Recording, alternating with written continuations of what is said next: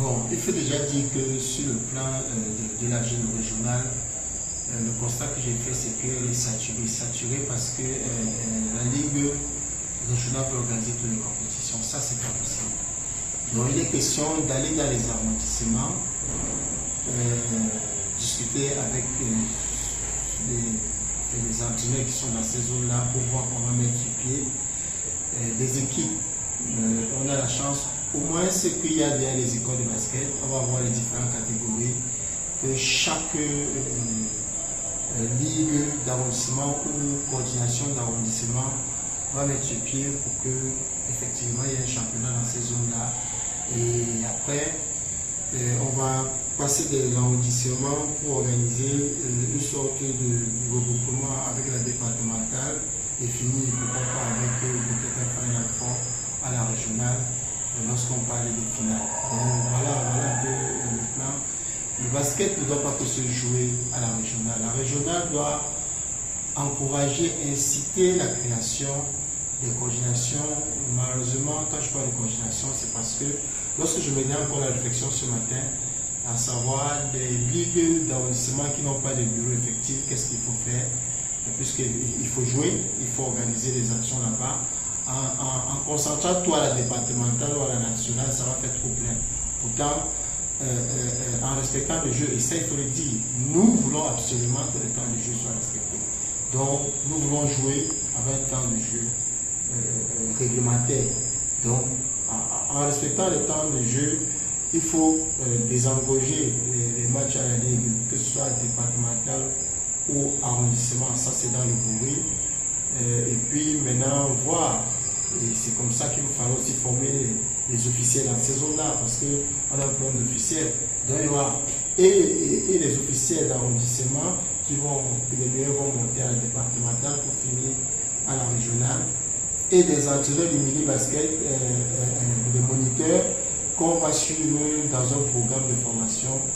Voilà, voilà ce que nous comptons mettre sur pied. Et nous espérons que tous les amoureux du basket de la région du littoral, vraiment, quand on parle des régions du littoral, il ne faut pas qu'on pense que nous sommes là-bas, nous sommes dans le bruit. Non, on parle de tout l'étendue de la région du littoral que nous devons couvrir. Nous devons vulgariser le basket jusqu'au fin fond de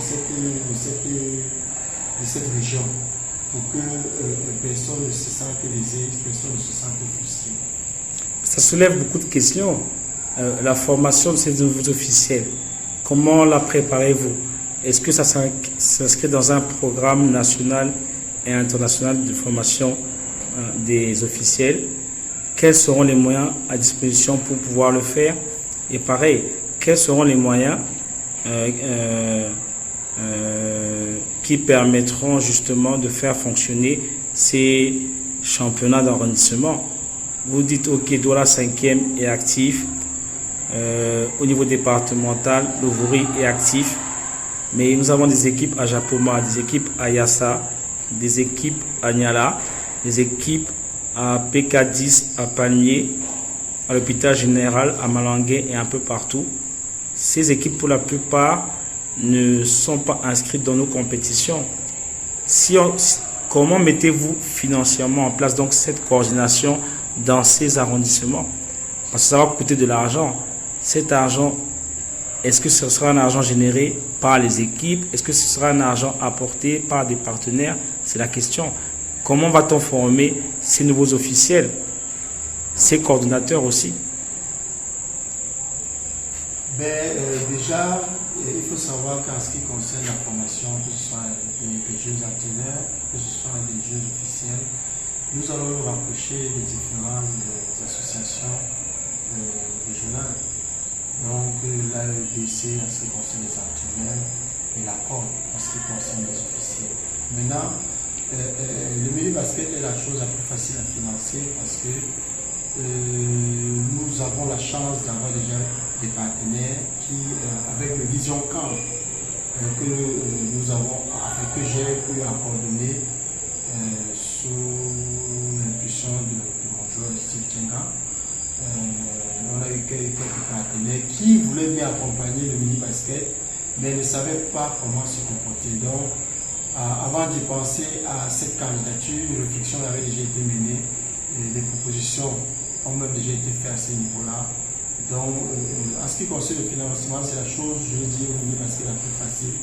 Parce que nous avons les terrains, nous aurons les officiers que nous allons former, les formateurs.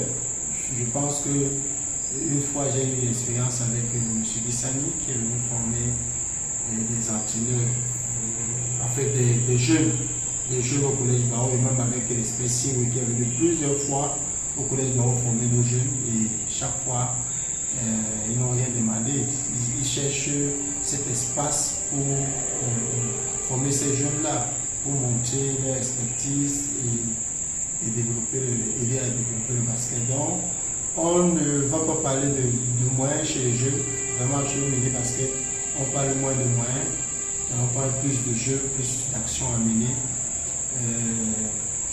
Et ces coordinations seront soutenues.